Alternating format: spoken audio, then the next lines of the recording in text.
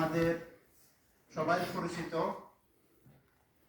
আজকে ইতালি এবং কি পশ্চিমা দেশের আমরা যারা মুসলমান বসবাস করতেছি আমাদের সবাই পরিচিত একটি নাম শবে বরাত নামে পরিচিত। আজকে রাত্রেও 14 যদিও শাবানের হয়, সন্ধ্যার পর থেকে 15 তারিখ শুরু হয়ে গেছে। এ বিষয়ে আমি কিছু কথাবার্তা বলবো। ভাষা শহীদদের প্রথমে বিষয়ে একটু কথাবার্তা বলি, সংক্ষেপে শেষ করি। 1952 সালে 21শে ফেব্রুয়ারি পূর্ব পাকিস্তানের অর্থাৎ আমরা যেখানে এখন বসবাস করতেছি ওখানে রাষ্ট্রভাষা বাংলা করার দাবিতে আমাদের পূর্ব পাকিস্তানের ছাত্র সমাজ, যুব সমাজ সবাই রাষ্ট্র করার দাবিতে আন্দোলন করছিল।